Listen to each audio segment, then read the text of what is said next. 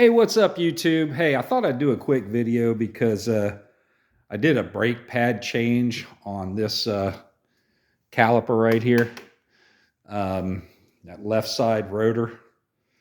And I just wanted to give a couple of what I guess pro tips now, because I've done this like 4 times on this and the 1800, which is exactly the same process, front and rears.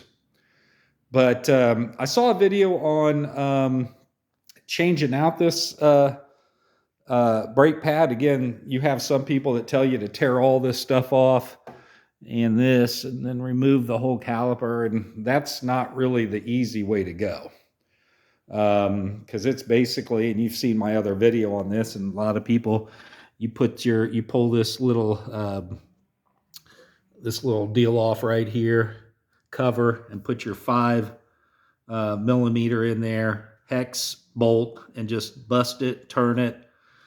And you got to put your pliers in there. So I'm just going to kind of go through the steps I just did to change this out. Again, I get every mile out of those pads. I wear them down to where that when you see that line in the brake pads, let me come over here. I'll show you what I'm talking about. So here's my brake pads. I marked these as the front. So I went ahead and again went with, used to be Cheap Dad on the brakes, but I just was burning through brake pads like crazy. So I went ahead and went with a Honda Genuine, and there's if you need the part number there. I just went online and they said, the OEMs. So that's the back brake. Again, do I see much of a difference? I guess I do, especially the material, now that I look at it. So if there's any difference, it's the material. I thought these were actually the same as these, but boy, I might be these are thinner too, where these are thicker for the rears. Interesting. Anyway, these don't have the wear pad line where these do.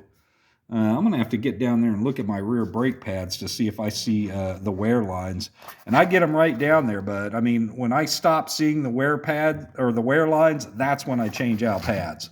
And you notice here, I still got 2 left. That's because, again, get every mile out of your tires and every mile out of your brake pads. Why change these things out just to be, oh, I changed my brake pads, I did them all at once, I just wanted to get it over with.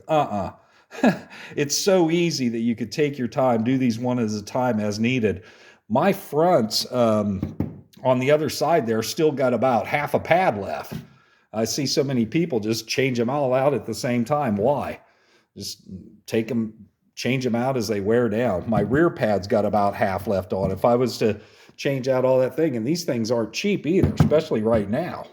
Everything's expensive. So there you go. That's my first pro tip, I guess, is just kind of wait until you need to change each one of these pads versus doing them all at the same time. Second tip is, and this is the screwdriver I used right here, this long sucker right here. I'm going to knock that off. But I took this puppy, put it up in this caliper, okay? And again, there's a lot of videos on here, so I'm not going to actually show it doing it, but I put it up in there. And I just maneuvered it and pushed push those brake calipers in with the old brake pads on it. That's the first step.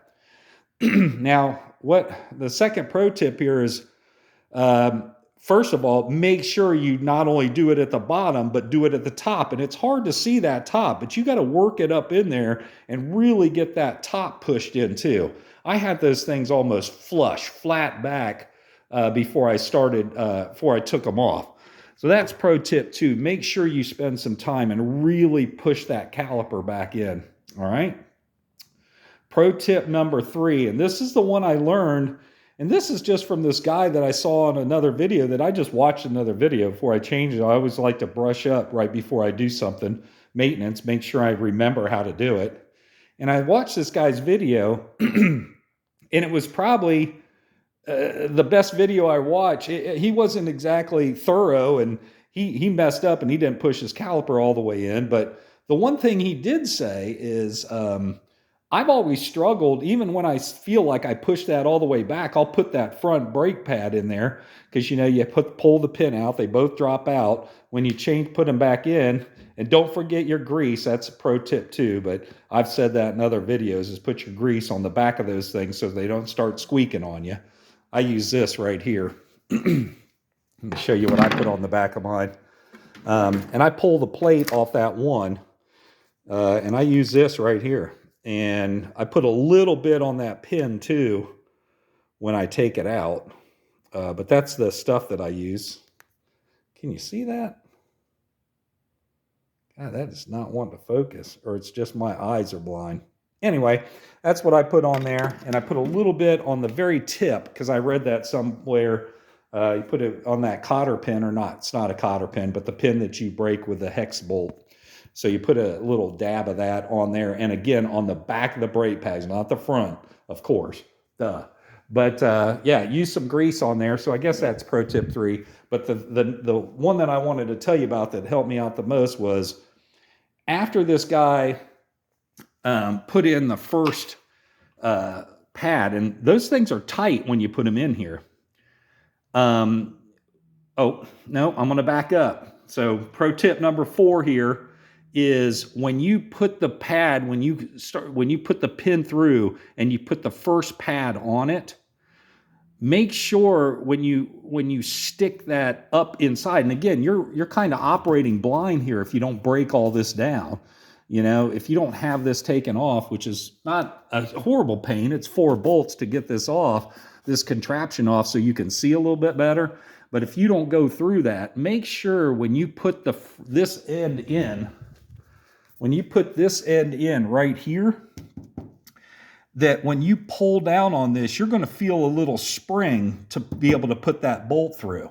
So when you stick that up in there, make sure that it catches. You should feel a spring, okay? Like it's caught and it's bending down a little bit on a spring. And then you put the hex bolt in, and then you do the same with the other one. Now, how to get that other one in, you make sure that you feel that spring too. But before that, if you're struggling with not having enough room, you just got to take this caliper right here and just push it. So you got the one in, okay? You got the one brake pad in. It's caught. You got the bolt in there. And then if you don't have enough room to get behind here and get that other one shoved up through there, you just got to push this caliper as you're finagling it back there to get it up in there. Hold this caliper, push it up against the rotor, and you're going to have a lot better time getting that second brake pad in that, of course, is so much thicker than what you just dropped out of there when you went to change them. So that's pro tip number 5. And then again, when you get it on there, make sure that you feel the spring on that too. And then you did. You saw my video, watch this before you change, and I did the back brake pads, and I had that one, this end was not seated properly and had a bad thing. I show you how to go around and look on the other side to make sure you don't mess up some rivets like I did. So on my old bike. So, but that's it. Just a couple things that I think might help you out. And there's tons of videos out there, but I thought I'd do that quick thing to, a couple of pro tips there, and hopefully you have a nice, this was the easiest change I ever did after I read that last one, to push that caliper up against that rotor. It just made this job fly, and it was perfect. And of course, don't forget to, a reminder, after you do the brakes, this is still a link system. It's not ABS, okay? So I noticed when this kind of goes in when you first change them, then the rotor or the calipers kick in or whatever, and then it becomes firm again. Of course, you don't have to bleed brakes or anything like that when you change the pads.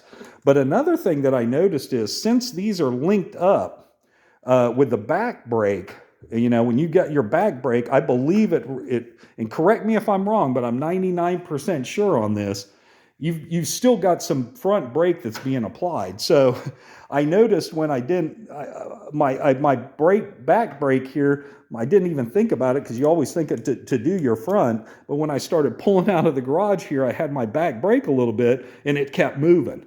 So it had to catch in there a little bit too. On that change of that front caliper. Now, maybe I'm thinking and dreaming on that or something, but let me know. But I'm pretty sure you want to make sure you depress that pedal brake, which is mostly controlling your back brake, and so you get that firm feel before you take it out on the road. That's it, guys. Hope that helped somebody out there. Got any questions? Hit me up, and any comments, of course, leave them later. YouTube.